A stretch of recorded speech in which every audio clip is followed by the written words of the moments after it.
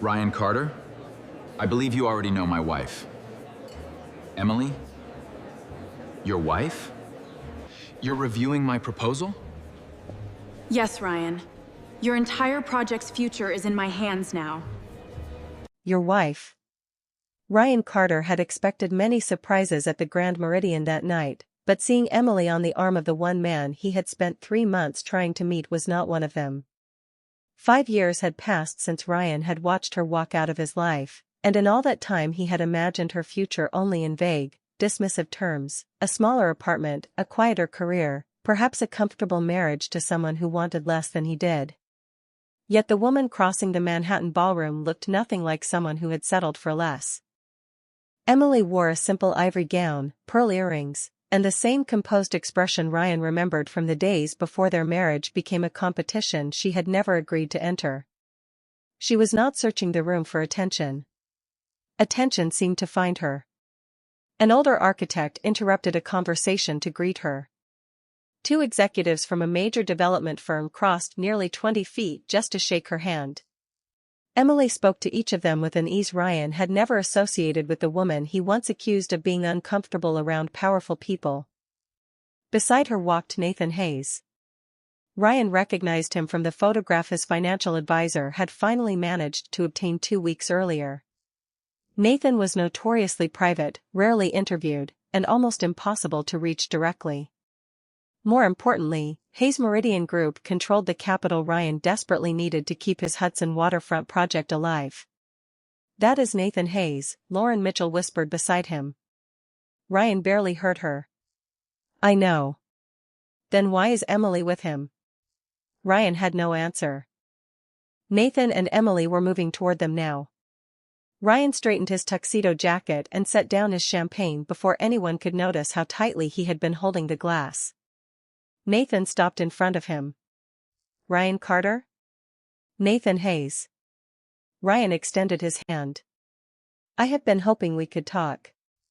Nathan shook it politely. "My office received your proposal." Then he turned slightly toward Emily. The movement was small, almost instinctive, but Ryan noticed it. Nathan did not pull her closer or present her like an accessory. He simply made space for her beside him. "Ryan, I believe you know my wife." For one suspended second, the music seemed farther away. Ryan looked at Emily. "Your wife?" Emily met his eyes without bitterness and without surprise. "Hello, Ryan." Lauren's expression tightened. Ryan looked from Emily to Nathan as though some missing explanation might appear between them. "You married Nathan Hayes?"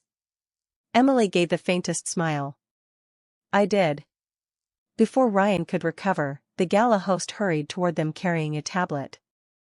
"Mr. Hayes, Miss Hayes, the board is ready backstage." Nathan nodded. The host turned directly to Emily. "We incorporated the final Harbor District renderings you approved this afternoon. The revised community projections are also in the presentation." Ryan's attention sharpened. Harbor District. He knew that project. Everyone in commercial redevelopment knew it.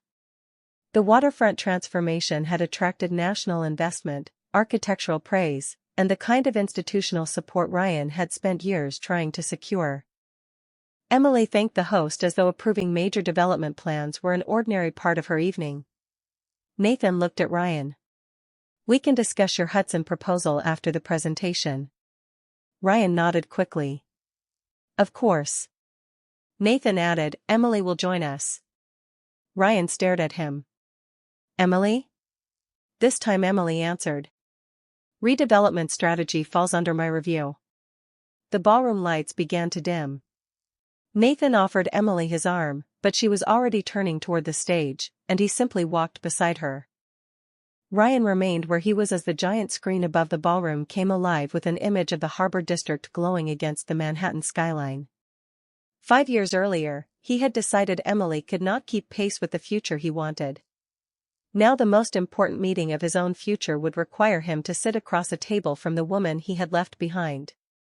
5 years earlier, Emily Carter had learned that rejection did not always arrive with shouting. Sometimes it came across a white tablecloth while a jazz trio played softly in another room. The private dining room at the Whitmore Club overlooked Manhattan, and Ryan had filled the table with people he considered important: investors, attorneys, senior partners, and Lauren Mitchell, the polished development consultant whose name had begun appearing in conversations Emily was no longer included in. Emily had nearly skipped the dinner. That afternoon, she had received preliminary approval to join a Brooklyn restoration project, the first serious architectural work she had pursued after years of arranging her career around Ryan's ambitions. She had wanted to celebrate. Instead, Ryan looked at the plans she carried in her bag and asked why she was wasting time on something so small. "It is not small to the families who will live there," Emily said. Ryan glanced toward Lauren before answering. "That is not what I mean." Emily knew exactly what he meant. She had heard versions of it for months. Ryan wanted larger deals, richer clients, more influential friends, and a life that could always be measured by what came next. Emily had once admired that hunger. Somewhere along the way, she had realized there was no finish line. "I thought you would be happy I was working seriously again," she said. Ryan lowered his voice. "Emily, this is exactly the problem. I am trying to move forward, and you keep reaching backward." The conversation around them faded. Lauren looked down at her glass. Emily kept her eyes on her husband. "Backward?" Ryan exhaled as though she had forced him into an explanation he had hoped to avoid. "We want different lives." There it was. Not loud. Not dramatic. Just clean enough to leave no place for misunderstanding. Emily thought about the apartment they had rented when they were 26, when Ryan had worked from a secondhand desk and asked her to review presentations after midnight. She remembered turning down an architecture fellowship when his first major opportunity required them to relocate. She remembered every dinner where he introduced her as the person who believed in him before anyone else did. Now he was looking at her as though that history belonged to a version of himself he wanted erased. "Is there someone else?" Emily asked. Ryan's eyes moved briefly toward Lauren, then returned to her. "This is about us." Emily did not ask again. She did not need a confession to understand that emotional distance had already done enough. Her fingers moved to her wedding ring. Ryan noticed. "Emily, please do not make this into a scene." She slid the ring free and placed it beside his coffee cup. The tiny sound against the saucer seemed louder than anything either of them had said. "I am not making a scene." She stood and lifted her coat from the chair. Ryan stared at the ring. "What are you doing?" Emily looked at him for several quiet seconds. "Accepting your decision." No one at the table spoke as she walked away. The elevator ride to the lobby lasted less than a minute, but by the time the doors opened, Emily's hands were trembling. She stepped beside a marble column and reached into her purse for her phone. Her scarf slipped from her coat without her noticing. "Excuse me." A man several feet away picked it up before anyone stepped on it. He was tall, fair-haired, dressed in a dark suit, and carrying a leather portfolio. Emily recognized him vaguely from a preservation committee meeting. "Nathan Hayes." He held out the scarf. "I think this is yours." Emily took it. "Thank you." Nathan glanced toward the elevators, then back at her, but whatever question crossed his mind remained unspoken. "Do you need a cab?" "I can get one." He nodded once. "All right." That was all. No questions. No sympathy she had not requested. Emily walked through the revolving doors into the cold Manhattan night and lifted her hand toward the line of yellow cabs. She had no apartment of her own, no certainty about her career, and no idea what the next year would look like. Behind her was the man who had decided she no longer belonged in his future. Ahead of her was nothing she could recognize yet. Emily wrapped the recovered scarf around her neck and stepped toward the curb. For the first time that evening, her hands stopped trembling. 3 months after the divorce became official, Emily lived in a 650-square-foot apartment in Brooklyn where the kitchen table served as her office and the radiator announced every cold morning with a stubborn metallic rattle. She had bought the table secondhand for $40, carried the chair upstairs herself, and placed her old architecture books along the windowsill because she could not afford shelves yet. Nothing matched. Nothing impressed anyone. Emily loved it. Every morning she made coffee before sunrise, opened her laptop, and worked through whatever assignments she could find. Some paid barely enough to cover groceries. Others required 2 subway transfers for meetings that lasted 20 minutes. She drafted renovation plans for small apartments, redesigned a neighborhood bakery, and accepted preservation work larger firms considered beneath them. Her savings declined before her income began rising, but something else returned first. Her instincts. She remembered how light moved through narrow rooms, how a staircase could change the rhythm of a building, how thoughtful design could make 400 square feet feel generous instead of cramped. She stopped checking whether Ryan had called. Eventually, she stopped wondering whether he would. On a gray Thursday morning, Emily arrived at a century-old Brooklyn row house scheduled to become affordable apartments for 6 families. Dust covered the unfinished floors, extension cords crossed the hallway, and temporary work lights hung from exposed beams. Emily was studying a load-bearing wall when a familiar voice came from behind her. "You kept the scarf." She turned. Nathan Hayes stood in the doorway holding a leather portfolio. Emily glanced at the charcoal scarf around her neck. It was a perfectly good scarf. His smile appeared briefly. "I am glad it survived." "What are you doing here?" "Preservation Committee." Emily lifted the rolled plans in her hand. "Project architect." Nathan looked genuinely surprised. "Then I suppose I should be asking you the questions." 20 minutes later, committee members gathered around a folding table while Emily explained her proposal for the ground floor. One developer wanted to remove the original staircase and replace her community room with another rentable unit. "It improves revenue," he said. Emily kept her voice level. "It also removes the only shared indoor space in the building and forces us to rebuild a staircase that has been standing for nearly 100 years. The developer shrugged. "Families need apartments more than pretty old wood." Emily opened her mouth, but Nathan spoke first. "What do we lose if we ignore her?" The question was directed at Emily, not the developer. She looked at Nathan. He waited. No rescue. No answer supplied for her. Just room to speak. Emily unrolled another drawing. 42 square feet of usable circulation space, approximately 8% of the natural afternoon light on the first floor, and the least expensive opportunity we have to give 6 families somewhere to gather outside their apartments. She pointed to the plan. Keep the staircase, restore the railing, shift this wall 18 inches, and the community room stays without reducing the number of units. Silence settled around the table. Nathan studied the drawing. Cost difference? Less than replacing the staircase. The developer leaned closer. You are certain? Emily looked directly at him. Yes. Nathan nodded. Then we keep it. After the meeting, Emily remained behind measuring the front windows. Nathan appeared beside the folding table carrying 2 paper cups. Coffee? Is this a committee-approved expense? I am prepared to defend it. She accepted the cup and discovered it was black with 1 sugar, exactly how she had ordered coffee at the preservation meeting months earlier. You remembered. Nathan shrugged.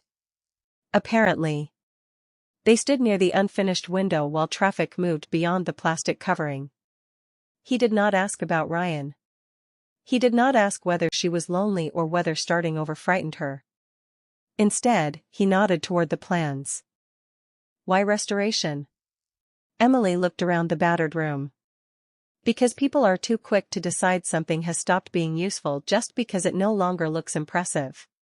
Nathan became quiet. Emily realized what she had said and almost laughed at the accidental honesty. That sounded more personal than I intended. Maybe that does not make it less true. She studied him, waiting for pity. None came. Nathan took another sip of coffee and pointed toward the front wall. So what would you do with those windows? Emily turned toward them. For the next 40 minutes, she explained exactly what she would do, and Nathan listened as though her answer mattered. When Emily left the building that afternoon, she carried no promise of romance, no miraculous job offer, and no billionaire waiting to rebuild her life for her. She carried her own plans beneath one arm and an empty coffee cup in the other. For the first time in years, someone had looked at what she could do before asking what had happened to her.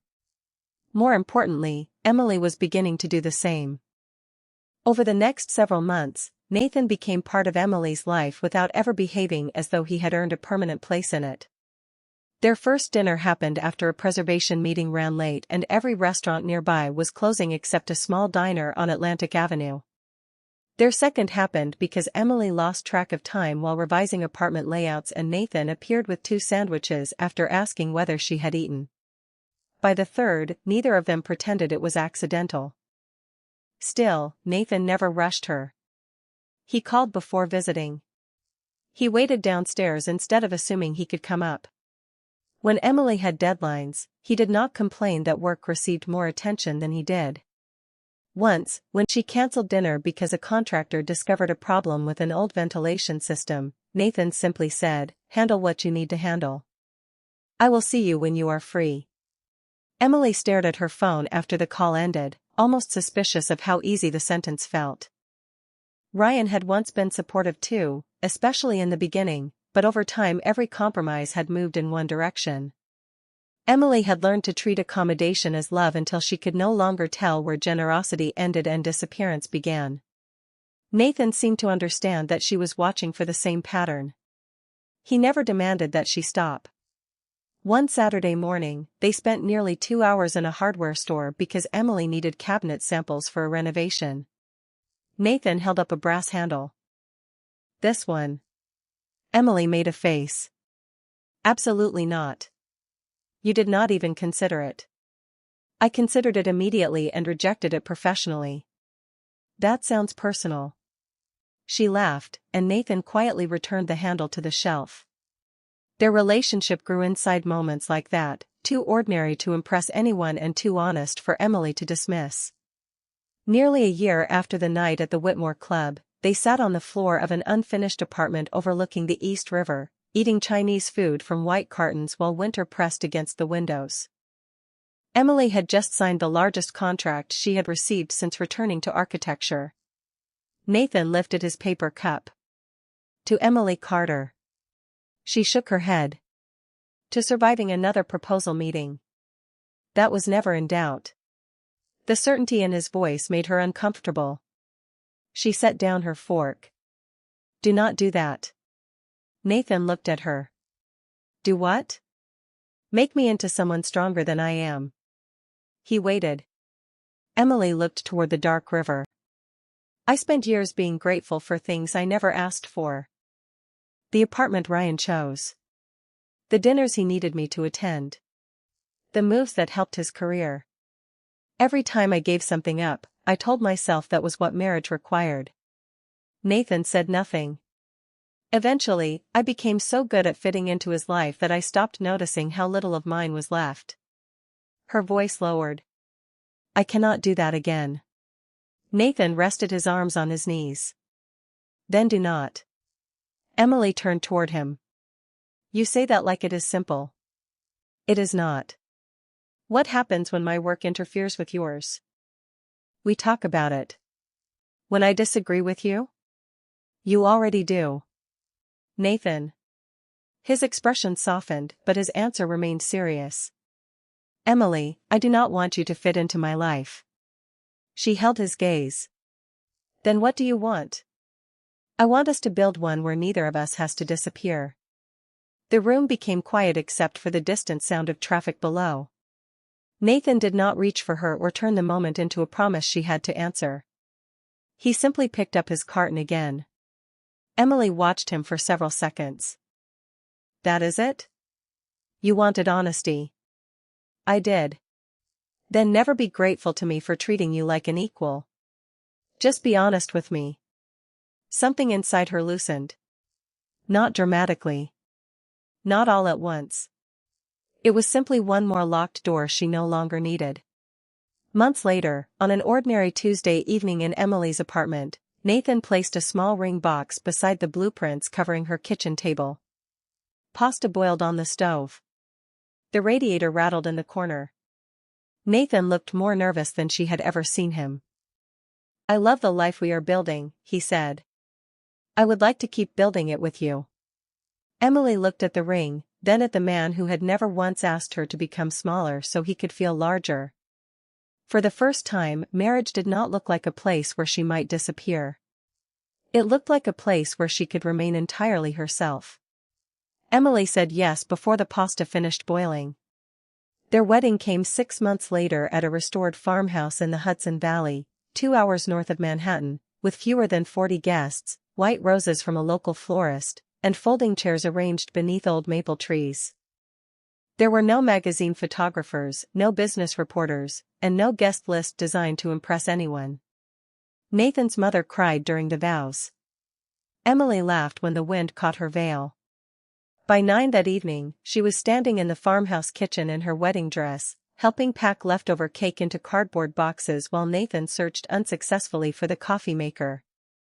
It was imperfect, private, and entirely theirs. Ryan learned about the marriage several weeks later during lunch with Lauren. A mutual acquaintance mentioned Emily had remarried a man named Nathan Hayes. Ryan searched the name on his phone. The results were surprisingly thin. Nathan appeared on a few corporate filings and preservation boards, but there were almost no interviews and none of the glossy profiles Ryan associated with powerful businessmen. "So that is him?" Lauren asked. Ryan locked his phone. "Apparently." "Are you surprised?" He took a sip of coffee. Emily always wanted something quieter. Lauren watched him. "You make that sound like a criticism." Ryan shrugged. "I think she wanted safe." Then he returned to discussing a development deal and eventually stopped thinking about Nathan Hayes at all. Emily, meanwhile, was learning that quiet did not mean small.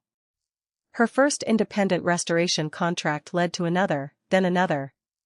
Within 18 months, the secondhand kitchen table disappeared beneath so many drawings that she rented a modest studio in Brooklyn and hired her first employee. Nathan arrived on moving day carrying pizza and spent 40 minutes assembling a bookshelf backward. Emily stared at it. "You run businesses, and this defeated you?" The instructions were unnecessarily hostile. She took the screwdriver from him. "Move." Nathan sat on the floor eating pizza while she fixed it. He never offered to put his name on her company. When Emily needed financing to expand, he offered to review her projections if she wanted him to, but he did not offer a blank check. She secured the loan herself. 2 years later, Emily Carter Design employed 9 people and was handling mixed-income housing, historic restorations, and community redevelopment projects across New York and New Jersey. Her marriage grew beside her career rather than around it. Some nights Nathan returned home before she did and reheated dinner. Other nights Emily waited while he finished meetings she understood were important even when he rarely discussed the details.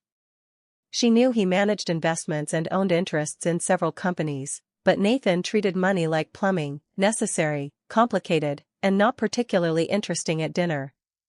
Emily never pressed him. She had married the man who remembered her coffee order, not his balance sheet. Then came the Harbor District competition. A private development group requested proposals to transform an abandoned stretch of waterfront warehouses into housing, public space, retail, and community facilities. Emily's firm was the smallest among the finalists. She spent 6 weeks rebuilding the proposal until every acre had a purpose and every promise had a funding plan.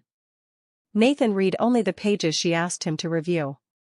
"You hate the west entrance," Emily said one night. "I did not say that." "Your face did." "My face has governance rights now?" "Limited advisory rights." She changed the entrance anyway. Months later, her firm won. Nathan had removed himself from the final selection process before Emily even submitted her proposal. What Emily did not fully understand yet was the scale of the organization behind the project. Hayes Meridian Group was not merely another private development company. Its holdings stretched across infrastructure, real estate, logistics, and urban investment, with assets measured in billions. Nathan had never hidden that information, he had simply never used it to introduce himself.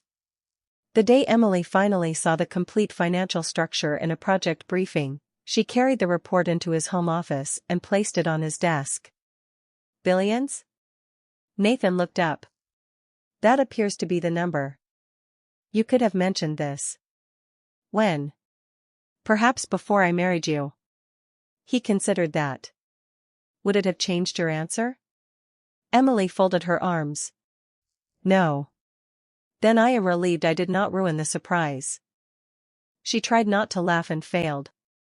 3 years after Ryan had dismissed Nathan as safe, Emily became design director of the Harbor District and co-founder of a redevelopment initiative connected to Hayes Meridian.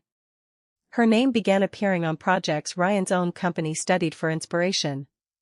He never noticed. To him, Emily remained a closed chapter. Then his largest waterfront development lost a major financing partner, and his advisors placed one name at the top of the list of investors capable of saving it, Hayes Meridian Group. Ryan stared at the name without recognizing the connection. Somewhere across Manhattan, Emily was about to discover that the past had finally scheduled a meeting with the future. The invitation arrived on a Tuesday morning, printed on heavy cream paper even though Emily had already received the event schedule by email. She was standing at the kitchen island with coffee in one hand and a pencil in the other, reviewing the final Harbor District presentation when one name on the guest list stopped her. Ryan Carter. For several seconds, she simply looked at it. 5 years earlier, seeing his name could have changed the temperature of an entire day. It could have pulled her backward into unanswered questions, old conversations, and the exhausting habit of wondering whether she had somehow failed to become the woman he wanted. Now it was only a name printed between dozens of others. Nathan entered the kitchen fastening the cuff of his shirt. He noticed where her attention had settled. Ryan? Emily nodded. Nathan pulled out the stool beside her but did not sit. We can skip the gala. She looked up. It is your foundation's largest event of the year. There will be another event. And another guest list. Nathan waited. Emily folded the invitation and placed it beside her coffee. I am not avoiding a room because he happens to be standing in it. Nathan studied her face. You do not owe anyone proof that you are over the past. I know. She looked at Ryan's name once more. That is why I can go. Across Manhattan, Ryan was preparing for the same evening for entirely different reasons. His Hudson waterfront project had lost its primary financing partner after construction costs climbed beyond the original projections. Without replacement capital, months of planning could stall before the first major phase began. His advisors had spent weeks contacting investment groups, but one name kept returning to the top of every list, Hayes Meridian Group. Ryan had sent financial projections, market studies, revised development plans, and 3 requests for a private meeting. Nathan Hayes's office had acknowledged each submission without promising anything. The Grand Meridian benefit was Ryan's first real opportunity to meet the chairman face-to-face. Lauren found him that afternoon reviewing the same presentation for the 4th time. You know this already, she said. Knowing it is not the same as getting Hayes to believe it. You sound nervous. Ryan closed the folder. I am prepared. Lauren smiled slightly. That was not what I said. Ryan ignored her. He knew surprisingly little about Nathan Hayes. The man avoided business television, rarely attended industry conferences, and allowed executives beneath him to handle most public announcements. Ryan respected that kind of privacy because he assumed it came from leverage. Powerful men did not need to explain themselves. He never once connected Nathan to the man Emily had married. By 7 that evening, the Grand Meridian ballroom glowed beneath crystal chandeliers while waiters moved between investors, architects, and executives carrying champagne. Ryan arrived early. Emily arrived 20 minutes later. In their apartment before leaving, she had stood before the mirror fastening the pearl earrings Nathan had given her on their second anniversary. Her ivory gown was elegant but restrained. Nathan appeared behind her in the reflection, adjusting his cufflinks. "Last chance," he said. Emily smiled. "You are trying very hard to get out of your own gala." "I dislike speeches." "You dislike applause." "That too." She turned toward him. "I am ready." Nathan offered his arm. Emily looked at it, amused. "Very formal. There are photographers downstairs." "Then we should disappoint them by behaving normally." She took his hand instead. 20 minutes later, the ballroom doors opened. Ryan was speaking to Lauren when movement near the entrance caught his attention. He recognized Nathan first. Dark tuxedo. Calm expression. The private chairman Ryan had been trying to reach for months. Relief moved across Ryan's face. Then he saw the woman walking beside him. His expression emptied. Emily did not stop. She greeted an architect near the entrance, thanked a board member who complimented the Harbor District plans, and continued into the room with Nathan beside her. Ryan watched the distance between them disappear one step at a time. 5 years earlier, he had watched Emily walk away because he believed she no longer belonged in the future he was building. Now she was walking directly toward him beside the man whose approval his future suddenly depended on. The applause began before Nathan and Emily reached the stage, and Ryan discovered that surprise became far more uncomfortable when everyone around him seemed to understand what he had missed. He remained beside Lauren as the ballroom lights softened and the enormous screen behind the podium filled with an aerial view of the Harbor District. The host welcomed Nathan first. For more than a decade, Hayes Meridian Group has invested in infrastructure, housing, logistics, and urban redevelopment across the country. Tonight, we welcome its chairman, Nathan Hayes. Ryan's face remained still, but his thoughts did not. Chairman. Not consultant. Not regional investor. Chairman.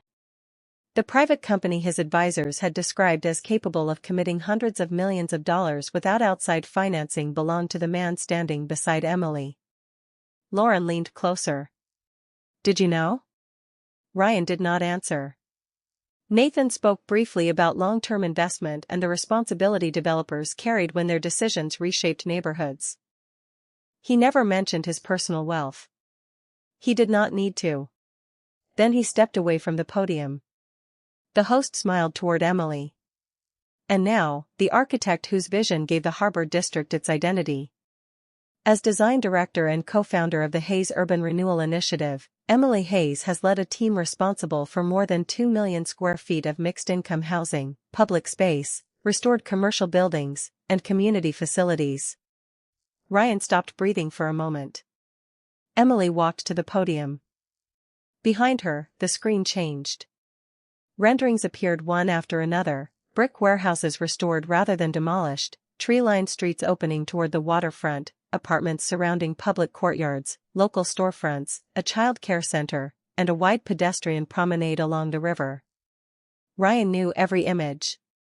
His own development team had studied the Harbor District for months. They had analyzed its financing, its unusually strong occupancy projections, and the community agreements that had helped it move through approvals faster than competing projects.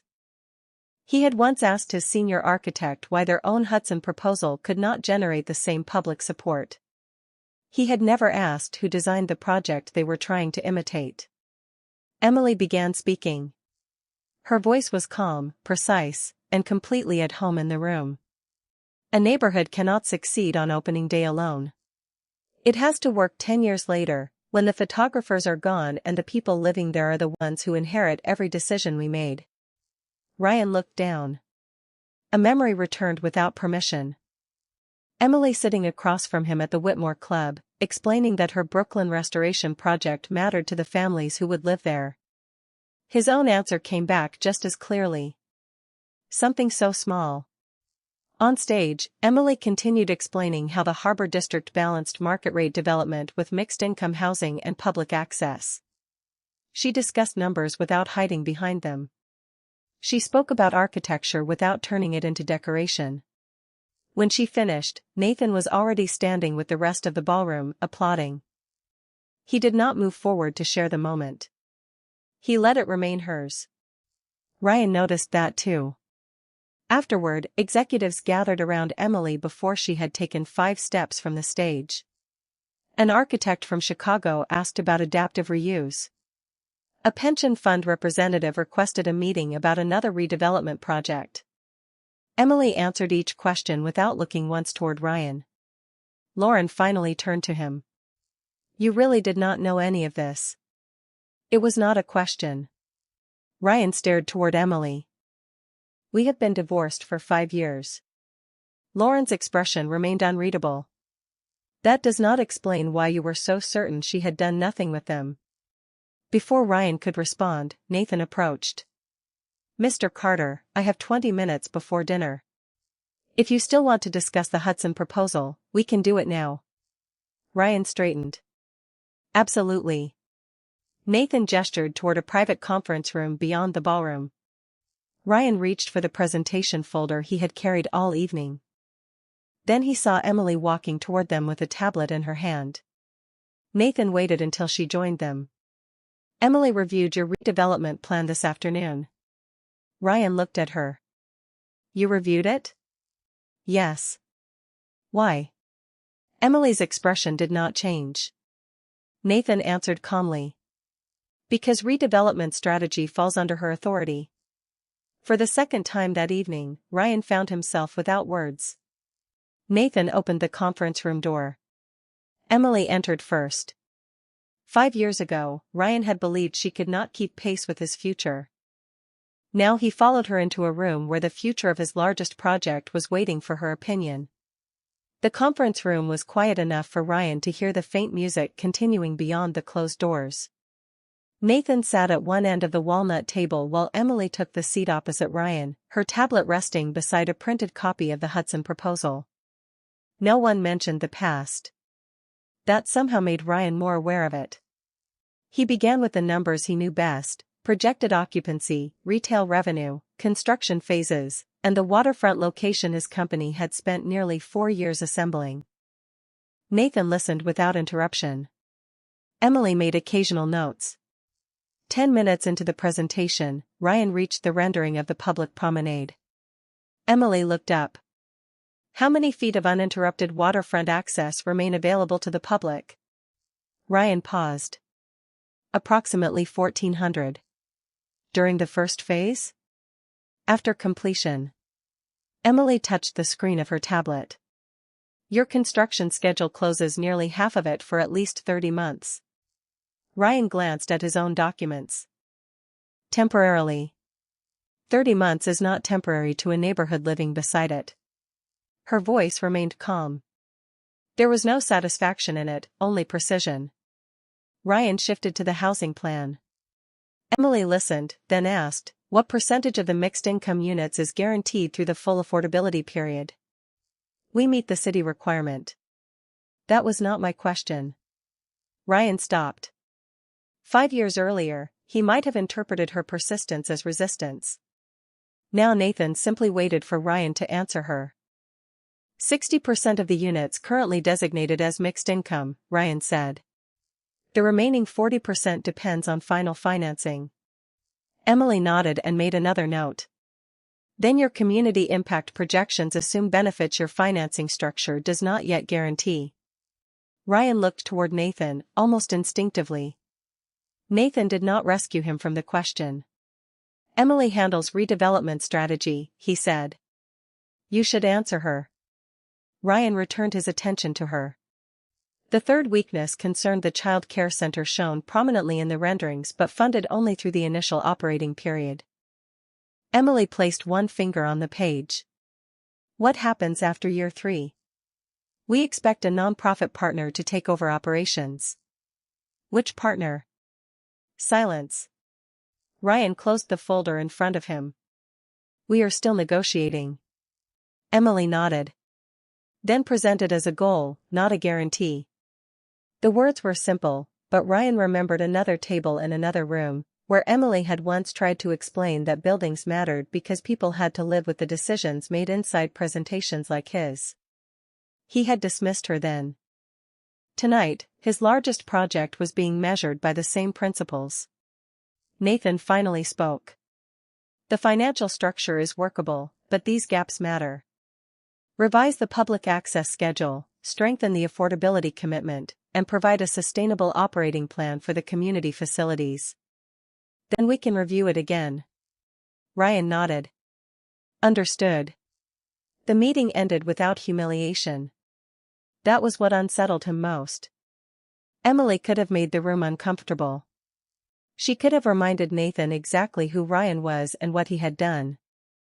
Instead, she had treated him as she would any developer whose proposal was incomplete.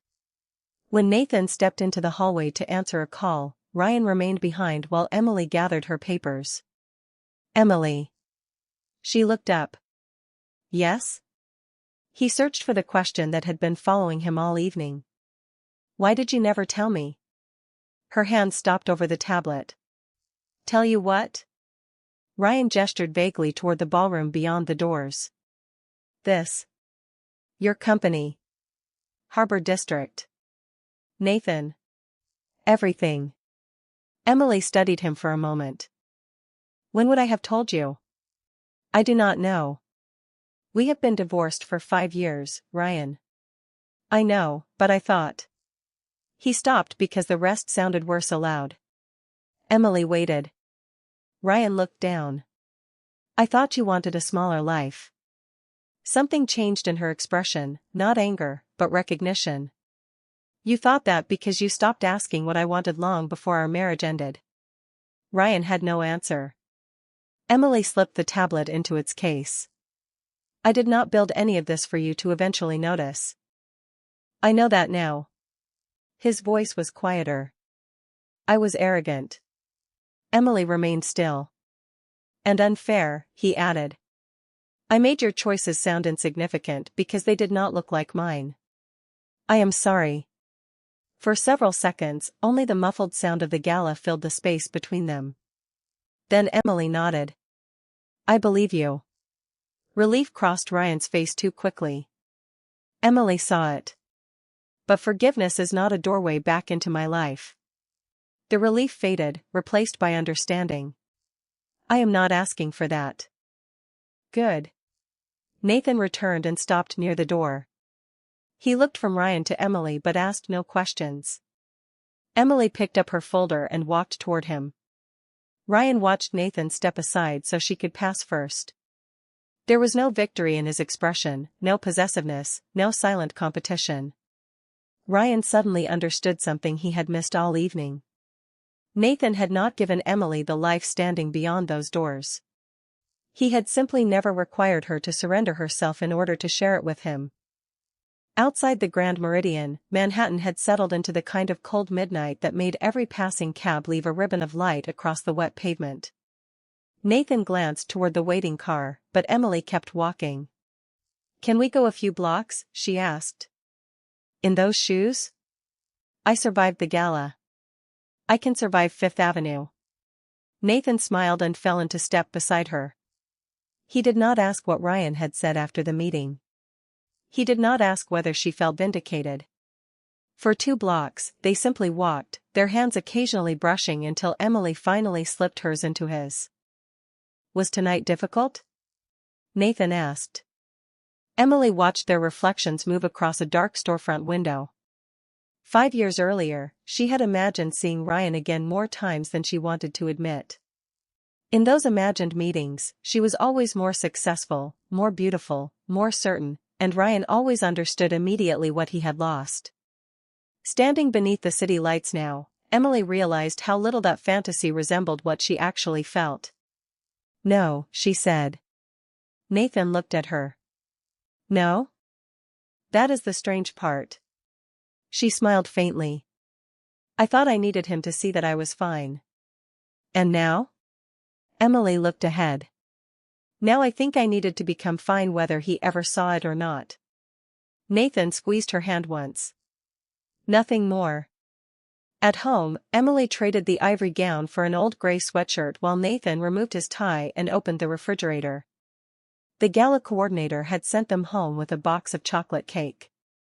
Nathan cut 2 slices and placed the larger one in front of himself. Emily stared at it. Interesting. What? Your understanding of equal partnership seems to disappear around dessert. Nathan switched the plates without argument. Emily laughed and sat at the kitchen island. The sound surprised her with its ease.